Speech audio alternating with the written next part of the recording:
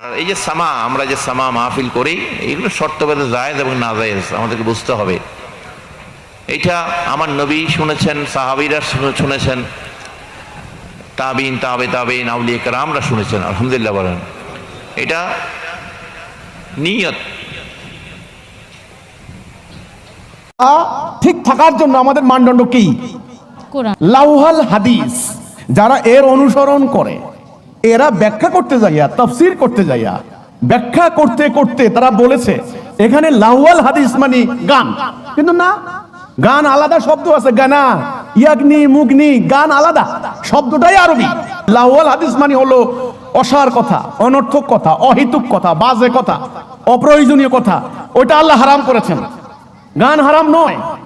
যেই গানে মানবতার কথা বলে, ঐক্যের কথা বলে, ভ্রাতৃত্বের কথা বলে, আল্লাহর গুণগান গানের কথা বলে, সত্যের কথা বলে, মা মাটি মানুষের কথা বলে, সেই গান হারাম নয়, ওটা ইবাদত। গান বাজনা হারাম, গান বাজনা বলে হারাম। সারা কোরআনে একটা দলিল আছে গান বাজনা হারাম? আল্লাহর জমিনের উপরে, আসমানের নিচে কেউ দেখাই পারবো কোরআনের মধ্যে আছে গান বাজনা হারাম? এটা সম্পূর্ণ মিথ্যাচার, মিথ্যা কথা। একটি ফেরকার, এই ওয়াহাবি মতবাদের মোল্লাদের, এইটি মিথ্যাচার। গান বাজনা হারাম কে বললো? কোরআনে কোথায় আছে হারাম? যেটা সেটা অবশ্যই কোরআনে থাকবে, এবং আল্লাহ এবং আল্লাহ রসুল বলবে। তারা সূরা লুকমানের 6 নম্বর আয়াত দেখায় কি? ওমাইয়াশতারি লাহওয়াল হাদিস, তাহারা বাজে কথা ক্রয় করে।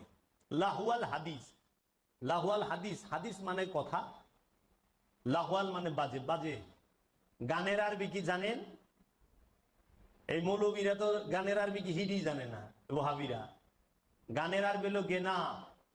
এই গেনা শব্দটা সারা কোরআনে কোথাও নাই। 1200 বছর আগের গান বাজনার উপরে ফতোয়া। এর আগে দয়াল নবীজির সময় থেকে সে গান বাদ্য, ইসলামী গান বাদ্য শুরু হয়েছে। কোরআন শরীফে 6666টা আয়াত আছে। এর মধ্যে হালাল হারামের আয়াতের সংখ্যা হলো 500। কয়শো? 500 হালাল হারামের আয়াত। 500 আয়াতের মধ্যে একটা আয়াতেও উল্লেখ নাই আল গেনাউ হারামুন, আসসামাউ হারামুন, গান বাজনা হারাম, সামা বাদ্য বাজনা হারাম। 30 পারা কোরআনের কোথাও উল্লেখ নাই। বড় করে বলুন আলহামদুলিল্লাহ। সেই সামা আমাদের তরিকায় হয়, যেটা আল্লাহর ওলিগণ করেছেন। হযরতে আব্দুল ওয়াহেদ বুলগেরামি রহমতুল্লাহ আলাইহি এই আপনার সবে সানাবেল শরীফে লিখেছেন 72 প্রকারের বাদ্যযন্ত্র জায়েজ।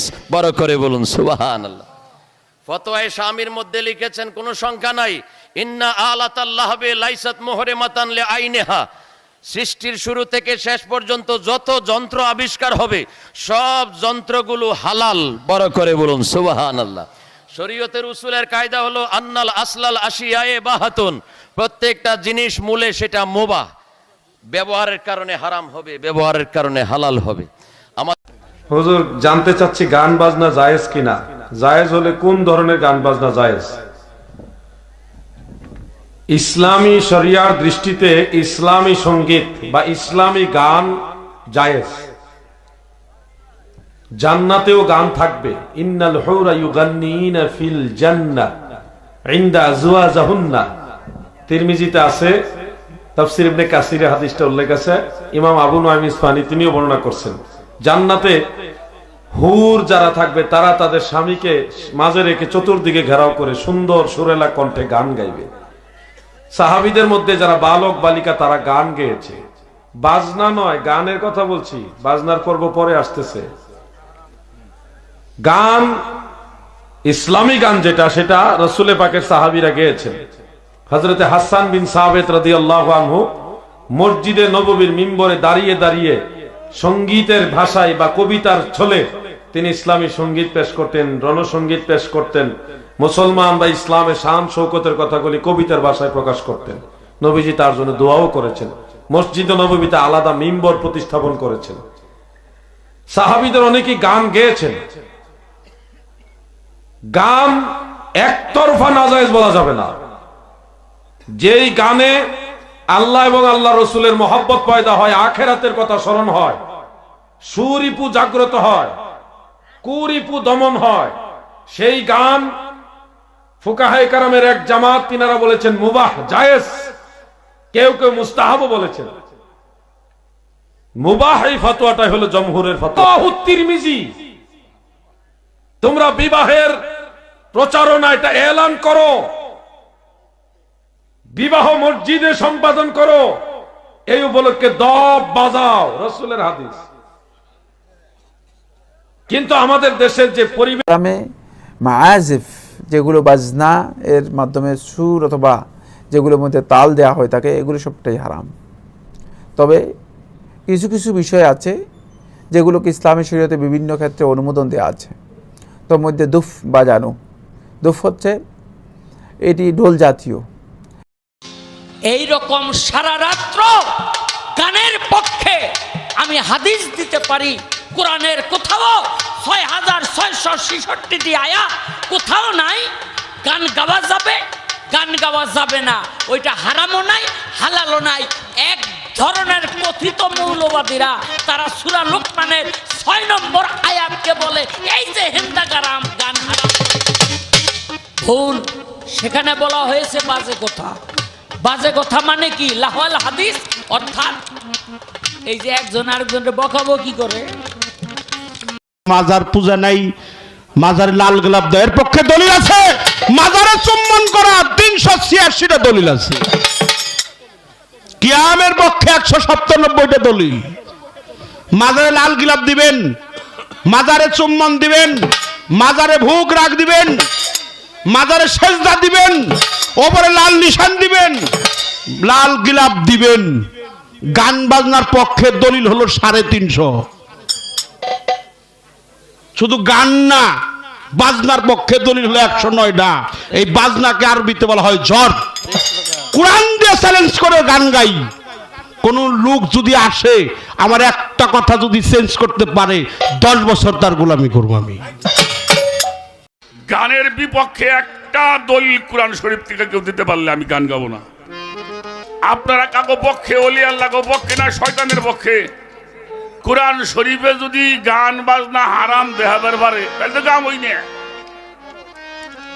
আর কোরআন শরীফে যেটা হারাম কয় নাই, ওটা যে হারাম কইবে ওটা হারাম জাদা।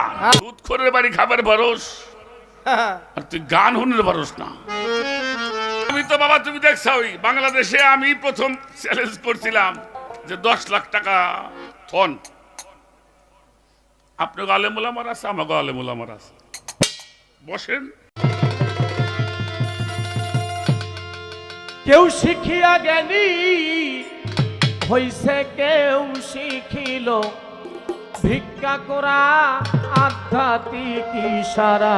কালামটা আধ্যাত্মিক ইশারা হচ্ছে মসনবী শরীফ প্রথম খণ্ড, অনুবাদক ডক্টর মইজুদ্দিন রশিদ, 70 নম্বর 1 পৃষ্ঠা।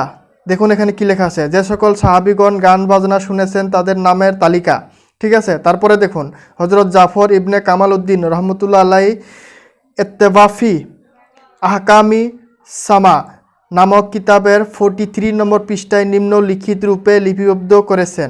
হযরত রাসূল করিম সাল্লাল্লাহু আলাইহি ওয়াসাল্লাম সহ তাহার সাহাবীরা গান বাজনা শুনেছেন।